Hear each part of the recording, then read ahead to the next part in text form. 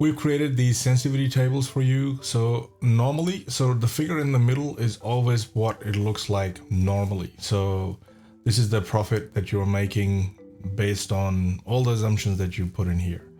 So that's the profit. Then over here, it'll say that, okay, what happens if the sales that we have assumed, the sale values that we have assumed go up by 5% increments. And at the same time, construction costs go down by 5% decrements. And that'll say, okay, if that happens, sale value went up by 10% and cost went up by went down by 10%, I'll end up making, instead of 470, I'll end up making that. But usually it's not the best case scenario. So what you've got to be wary of is the worst case scenario, which is the sale values that you have assumed of what they will sell for, they go down by 10% and the costs go up by 10%. So you have to look at your worst case scenario. So this is just profit, and then you have the same thing, yield on cost or development margin on cost, and that'll say that, okay, in the worst case scenario, it's going to be negative 5.7%, that you lose money here. You lose $169,547. You got development margin on revenue, because that is the margin that is calculated based on revenue and not on the cost.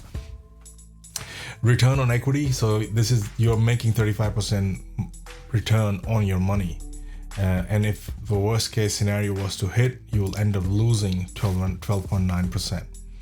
And this is the residual value of land based on 15% target development margin. And what will happen to the residual value of land? That means in your worst case scenario where the sales have gone down and the construction cost has gone up, that means the land value will shrink to 527. And if in that scenario you paid more, then you lose money, and which is what you are doing in here in this. And it also shows that residual land value, we create a metric. So you put in a little, you start off with 15%, but what we do is we say, okay, let's see, we go up by 1% and we go down and up by 1% here. So let's say it's 15. So here we go 14, 13, 12, 11. So it'll show you that if that's the margin that you wish to make, you can afford to pay 1.15. And if you want to make 21%, up to 21%, the land value should be close to 996,480. So this just keeps changing because it is an iterative calculation. And always remember that you got to have your sidebar open to make any changes to this. So that's pretty much it for sensitivity analysis. One last thing that I wanted to show you, that you can share this feasibility with anybody. You can share that by sharing it by using the shared feature of any Google Sheet. But the one that I really like is if I click on share and I go publish to web, and I can say, okay, not the entire document, just the summary as a web page. I'll publish it. Yeah, publish it.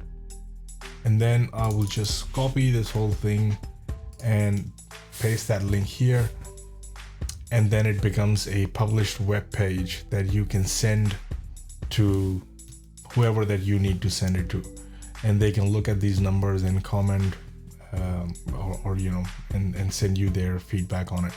And this can only be shared with people that you share this link with, not with everybody. If you wanted to unpublish that page, you can go in here and close that out, go back in your share section, publish to web, and over here you can click on stop publishing and it'll unpublish that page. I like that because nobody can change anything in it, and those values remain intact. So that is why it is a really good option to go with.